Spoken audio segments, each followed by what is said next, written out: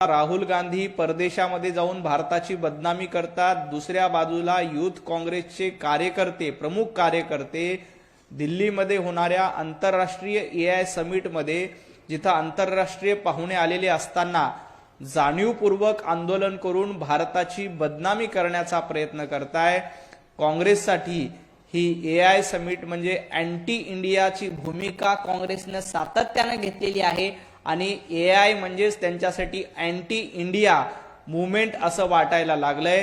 काँग्रेस सातत्यानं आंतरराष्ट्रीय व्यासपीठावर जाऊन अँटी इंडिया भूमिका घेते। आता भारतासारख्या दिल्लीमध्ये मोठ्या प्रमाणात एआय समिट आलेले असताना देखील अँटी इंडिया भूमिका घेऊन आपल्या देशाचं मान ही खाली झुकली जाईल अशा पद्धतीचं दहशतवाद्यांचा खात्मा केला तेव्हा राहुल गांधी पुरावे मागत होते। पाकिस्तानची बाजू घेण्याचा प्रयत्न याआधी काँग्रेसनं सातत्यानं केला आणि आता भारताची मान अभिमानानं उंचावण्याचा प्रयत्न पंतप्रधान नरेंद्र मोदीजींच्या नेतृत्वात होत असताना जाणीवपूर्वक भारताची बदनामी झाली पाहिजे याचा प्रयत्न काँग्रेसकडनं होतंय आणि युथ काँग्रेसचं कालचं दिल्लीतलं आंदोलन त्याच षडयंत्राचा एक भाग होता। राहुल गांधी यांच्या सांगण्यावरून युथ काँग्रेसनं एआय समिटमध्ये आंदोलन केलं आणि भारताची मान खाली झुकली पाहिजे यासाठी काँग्रेसकडनं प्रयत्न केले। काँग्रेसच्या या आंदोलनाचा आम्ही निषेध करतो कारण काँग्रेस ही सेमलेस सारखी वागलेली आहे। अशा पद्धतीनं आंदोलन करणं तेही आंतरराष्ट्रीय पाहुणे भारतात आलेले असताना हे अतिशय चुकीचं आहे। राहुल गांधी यांनी सातत्यानं देशविरोधी भूमिका घेतली होती आणि तोच देशविरोधी अजेंडा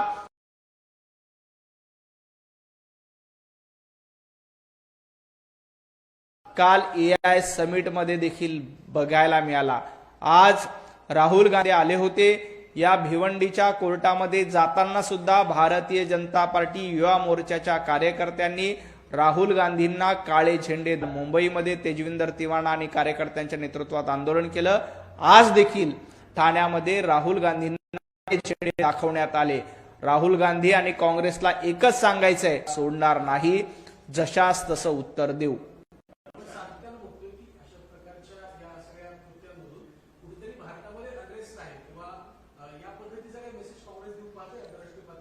आंतरराष्ट्रीय पातळीवर जायचं आणि भारताची बदनामी करायची हाच प्रयत्न सातत्यानं राहुल गांधींचा राहिलेला आहे आणि त्याच षडयंत्राचा भाग म्हणून राहुल गांधी लोकसभेच्या निवडणुकीमध्ये देखील अशाच पद्धतीनं वागत होते।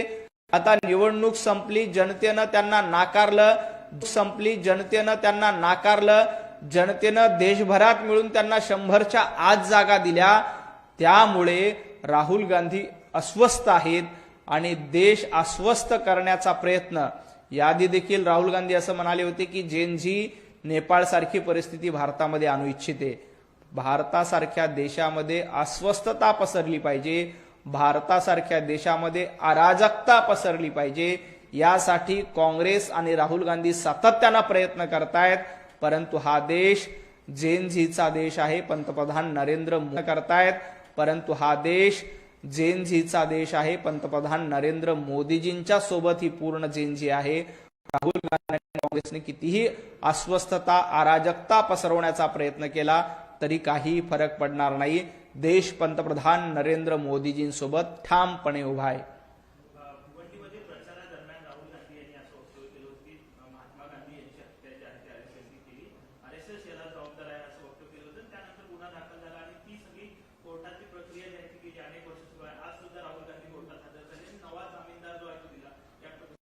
सातत्यानं खोटं बोलणं हा राहुल गांधींचा धंदा झालाय। राष्ट्रीय स्वयंसेवक संघ आणि महात्मा गांधी यांची हत्या याचा काहीही संबंध नाही याबद्दल सुप्रीम कोर्टाने देखील स्पष्टता दिली। तत्कालीन केंद्र सरकार, ज्यावेळेला काँग्रेसचं सरकार देशामध्ये होतं, त्यांनी देखील स्पष्टता दिलेली आहे। असं असताना जाणीवपूर्वक खोटं बोलायचं हा अजेंडा राहुल गांधींचा झालेला आहे। त्यामुळं राहुल गांधींच्या विरोधामध्ये भिवंडी कोर्टामध्ये एक प्रकरण सुरू आहे आणि या प्रकरणामध्ये राहुल गांधी जामिनावर बाहेर आहेत। कारण सातत्यानं खोटं बोलणं, खोटे आरोप करणं, देशाची बदनामी करणं, राष्ट्रीय स्वयंसेवक संघाची बदनामी करणं, स्वातंत्र्यवीर सावरकरांचा अपमान करणं हे राहुल गांधी यांचा धंदा झालाय। आणि अशा पद्धतीचा अवमान केल्याप्रकरणी राहुल गांधी यांना जामिनावर सोडावं लागलं। आता मला वाटतं हर्षवर्धन सपकाळ यांनी त्यांचा जामीन घेतलाय।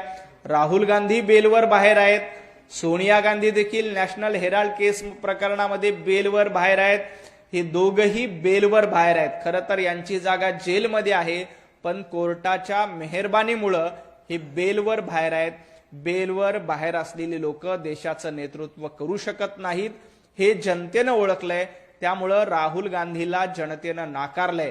राष्ट्रीय स्वयंसेवक संघाची बदनामी करण्याचा प्रयत्न, स्वातंत्र्यवीर सावरकरांचा अपमान करण्याचा प्रयत्न राहुल गांधी आणि काँग्रेसनं सातत्यानं केलाय। आज ते बेलवर आहेत। येणाऱ्या काळामध्ये या प्रकरणामध्ये राहुल गांधी यांना निश्चितपणे जेलमध्ये जावं लागेल।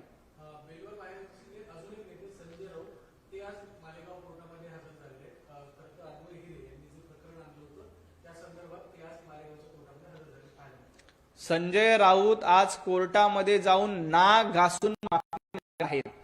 सातत्यानं खोटे आरोप करायचे हा संजय राऊतांचा धंदा आहे आणि अशा पद्धतीचे खोटे आरोप मालेगावमध्ये दादा भुसे यांच्यावर त्यांनी केले होते आणि आज कोर्टामध्ये जाऊन ते या प्रकरणामध्ये खेद व्यक्त करणार आहेत, माफी व्यक्त करणार आहेत। संजय राऊत येणाऱ्या काळामध्ये तुम्हाला रोज अशाच पद्धतीनं माफी मागावी लागणार आहे। तुम्ही रोज सकाळी उठून खोटं बोलताय, खोटी टेप लावता।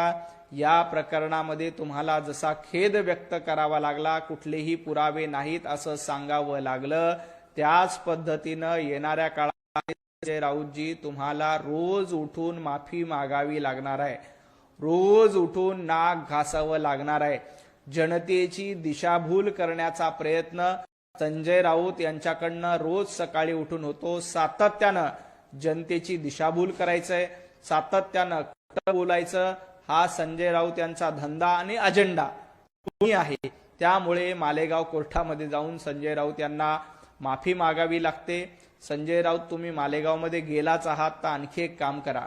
मालेगावमध्ये टिपू सुलतानचा उदो उदो करणारे खूप आहेत। जरा टिपू सुलतानचा उदो उदो करू नका, हे मालेगावमध्ये जाऊन काही लोकांना सांगा। कारण हा छत्रपती शिवाजी महाराजांचा महाराष्ट्र आहे। शिवाजी महाराजांच्या महाराष्ट्रामध्ये फक्त छत्रपती शिवाजी महाराजांचा जय जयकार होईल। खलनायक असलेल्या टिपू सुलतानचा जय जयकार होणार नाहीत।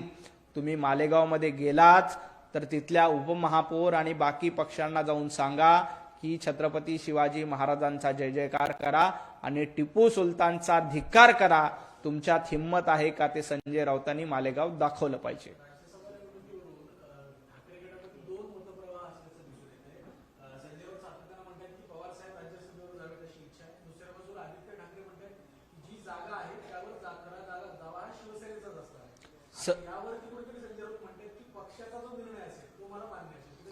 संजय राऊत हे उभाटा गटाचे प्रवक्ते नाहीत, तर शरदचंद्र पवार साहेब यांचे प्रवक्ते आहेत, हे वेळोवेळी सिद्ध झाले। खरं तर पवार साहेबांनी कुठेही सांगितलं नव्हतं की जाहीरपणे मी राज्यसभेला इच्छुक आहे, परंतु संजय राऊत पहिल्या दिवसापासून सांगतायत की राज्यसभेवर शरद पवार साहेब यांनीच गेलं पाहिजे, ते देखील महाविकास आघाडीच्या कोट्यातून। संजय राऊत तुम्हाला उभाटा गटाला खासदारकी मिळू नये असं वाटतंय, त्यामुळं तुम्ही शरद पवार साहेबांचं नाव पुढे करतायत। आदित्य ठाकरे सातत्यानं सांगतायत की या वेळेला रोटेशन पद्धतीनुसार राज्यसभेची दावेदारी ही उभाटा गटाकडे येते। तरी देखील मीठ उभाटा गटाचं खायचं आणि चाकरी शरद पवारांची करायची हा संजय राऊतांचा जुना धंदा असल्यामुळे त्यांनी पूस लावली की शरद पवार साहेबच राज्यसभेला गेले पाहिजे आणि राज्यसभेला महाविकास आघाडीच्या कोट्यातून शरद पवार साहेबांना संधी मिळाली पाहिजे। याचा अर्थ संजय राऊत आदित्य ठाकरेंचा कापतायत, याचा अर्थ संजय राऊत प्रियंका चतुर्वेदी यांचा पत्ता काढतायत आणि याचा अर्थ संजय राऊत यांची जेव्हा टर्म संपेल तेव्हा राज्यसभेचा क्लेम आपल्याला मिळावा यासाठी संजय राऊत यांचा हा धूर्तपणा आहे. परंतु सुदैवाने धूर्तपणा आदित्य ठाकरे यांनी ओळखलाय, हा धूर्तपणा प्रियंका चतुर्वेदी यांनी ओळखलाय. त्यामुळे राज्यसभेच्या निवडणुकीमध्ये उभाटा गटामध्ये एका बाजूला आदित्य ठाकरेंचा गट आहे आणि दुसऱ्या बाजूला प्रतिपक्ष प्रमुख असलेल्या संजय राऊत यांचा गट आहे. आता हे बघणं इंटरेस्टिंग आहे की येणाऱ्या काळामध्ये आदित्य ठाकरेंचा गट विजयी होतो का प्रतिपक्ष प्रमुख असलेल्या संजय राऊतांचा गट विजयी होऊन शरद पवार साहेब राज्यसभेला जातात हे बघावं लागेल.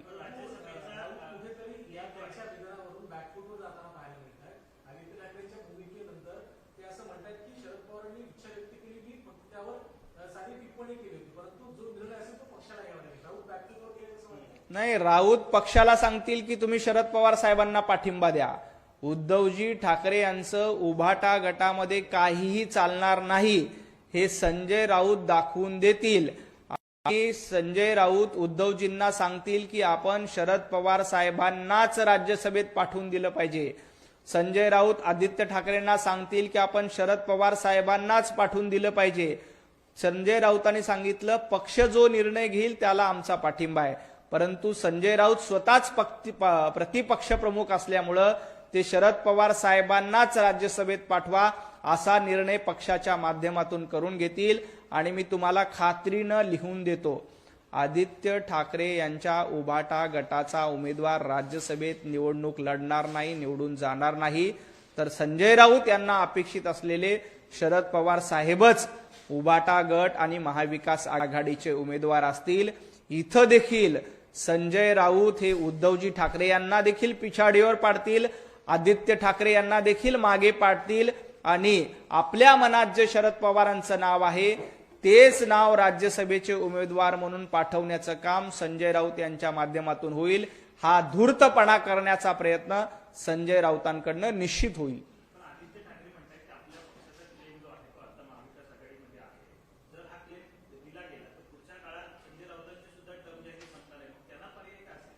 नाही, आदित्य ठाकरे यांचं पक्षामध्ये किती चालतं, उद्धवजी ठाकरे यांचं उभाटा गटामध्ये किती चालतं हे राज्यसभेच्या निवडणुकीच्या निमित्ताने लक्षात येईल.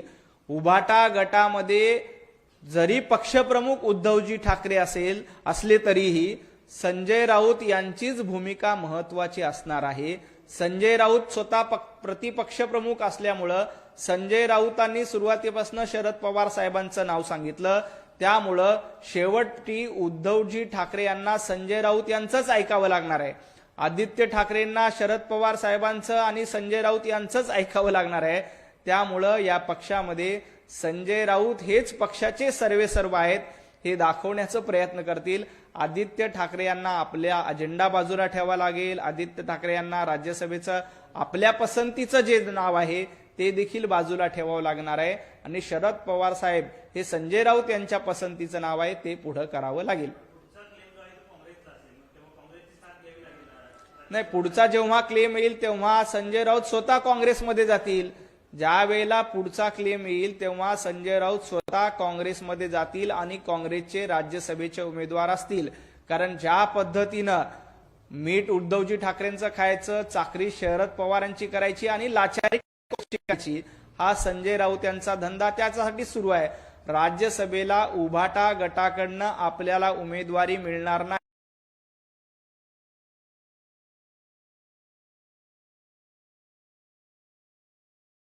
याची पूर्ण कल्पना संजय राऊत यांना आहे. त्यामुळे पुढच्या वेळेला जेव्हा संजय राऊत यांची टर्म संपेल तेव्हा संजय राऊत हे काँग्रेसकडनं राज्यसभेचे उमेदवार असतील हे लिहून घ्या. त्यासाठीच शरद पवारांची चाकरी आणि राहुल गांधींची काँग्रेसची लाचारी करण्याचं काम संजय राऊत यांच्या मार्फत सुरू आहे. खरं तर अंबादास दानवे यांना व्यक्ती म्हणून सुरक्षा नव्हती. विधान परिषदेचे विरोधी पक्षनेते म्हणून अंबादासजी दानवे यांना राज्य सरकारनं सुरक्षा दिली होती.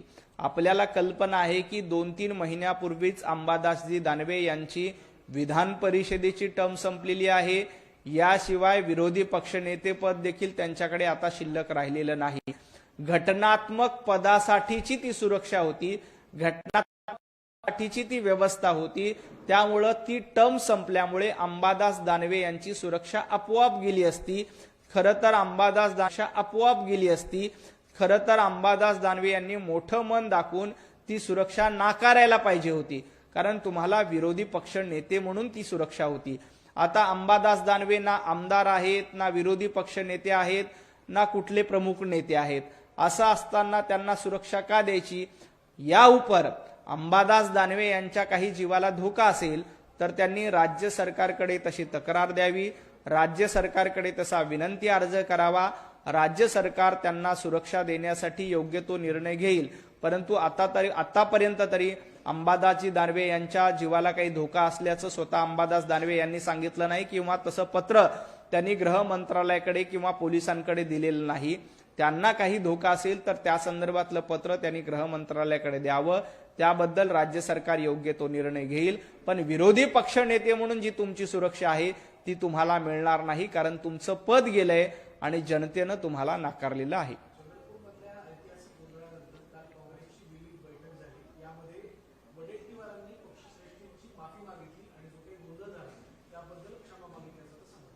विजय वडेट्टीवार आणि प्रतिभाताई धानोरकर यांची गटबाजी आपण चंद्रपूर महापालिकेमध्ये चव्हाट्यावर बघितली.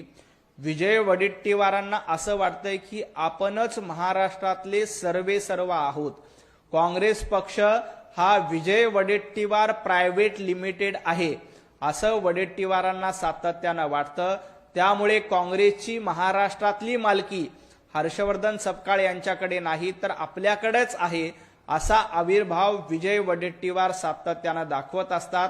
त्यामधूनच चंद्रपुरामध्ये मी सांगेल तीच पूर्व दिशा, मी सांगेल तोच महापौर, मी सांगेल त्याला स्थायी समिती, मी सांगेल तोच सभागृह नेता, ही विजय वडेट्टीवार यांची आडमोठी भूमिका होती.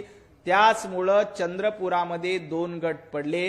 विजय वडेट्टीवार यांनी या आडमुठेपणाबद्दल दिल्ली दरबारी नाक घासून माफी मागितली असेल तर त्याची मला कल्पना नाही. परंतु विजय वडेट्टीवार, तुम्ही महाराष्ट्रातल्या काँग्रेसचे सर्वेसर्वा नाहीत. महाराष्ट्रात काँग्रेसची जी दुर्दशा झाली, महाराष्ट्रात जी काँग्रेसची वाईट अवस्था झाली, त्याला तुम्ही जबाबदार आहात. जनतेनं तुमचं नेतृत्व नाकारलंय. जनतेनं हर्षवर्धन सपकाळ यांचं देखील नेतृत्व नाकारलंय. येणाऱ्या काळामध्ये तुम्ही जनतेची माफी मागायला हवी.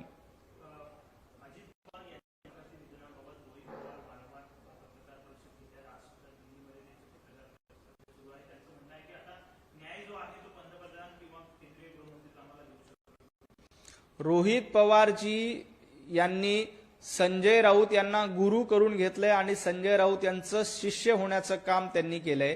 रोज उठायचं आणि तेच प्रश्न उपस्थित करायचे. मी पहिल्या दिवसापासून बघतोय, अजितदादा पवार यांचा अपघात झाला तेव्हापासून रोहित पवार रोज उठून तेच प्रश्न विचारत आहेत. या संपूर्ण अपघाताची केंद्र सरकारकडनं चौकशी सुरू आहे, राज्य सरकारकडनं चौकशी सुरू आहे. ही सगळी चौकशी पूर्ण होऊ द्यायला हवी.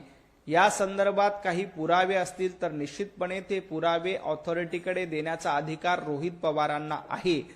परंतु ते पुरावे तुम्ही ऑथॉरिटीकडे देणार नाही. रोहित पवार फक्त प्रसिद्धी मिळवण्यासाठी रोज पत्रकार परिषद घेत आहेत का, हा माझा सवाल आहे. ज्या पद्धतीने एक सकाळी नवीन भोंगा संजय राऊतांचा 5-6 वर्षापासून सुरू झाला होता, आता हा नवा भोंगा रोहित पवार यांच्या रूपानं पुन्हा एकदा महाराष्ट्रात सुरू होऊ पाहतो का, हे बघायला पाहिजे.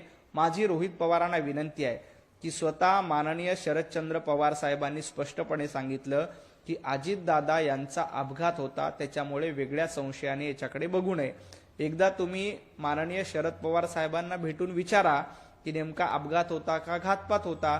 पवार साहेबांनी स्वतः स्पष्टीकरण दिलेलं असताना देखील रोहित पवार जाणीवपूर्वक प्रसिद्धीसाठी रोज उठून फक्त प्रश्नचिन्ह उपस्थित करत आहेत. या सगळ्या प्रश्नांची उत्तरं निश्चितपणे चौकशी अंती मिळतील. घाई गडबड करू नका. या चौकशीमध्ये दूध का दूध आणि पाणी का पाणी होऊन जाईल. परंतु रोज उठून भोंगवा वाजवणं हे चुकीचं आहे. भोंगा वाजवल्यामुळे तुम्हाला प्रसिद्धी मिळेल, त्याच्या पलीकडे यातून काही होणार नाही, हे रोहित पवारांनी लक्षात घ्यावं.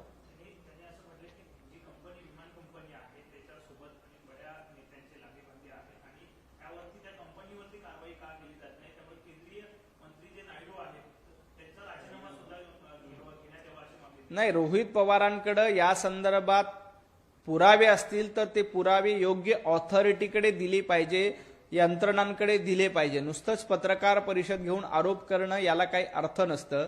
तुमच्याकडे काही पुरावे असतील तर द्या. आता ही चौकशी सुरू आहे. चौकशी पूर्ण झाल्यानंतर यात कोण कोण दोषी आहे हे लक्षात येईल. विनाकारण उठसूट आरोप करायचे हा धंदा रोहित पवारांनी सोडून दिला पाहिजे. राहिला प्रश्न राजीनाम्याचा, तर राजीनामा मागण्यासाठी काहीतरी तुमच्याकडे एक पुरावा असला पाहिजे की यामध्ये अशा पद्धतीचे व्यवहार आहेत, असं काहीतरी झालंय. काहीही पुरावे द्यायचे नाही आणि फक्त राजीनामा द्यायचा. हा धंदा रोहित पवारांनी बंद करावा.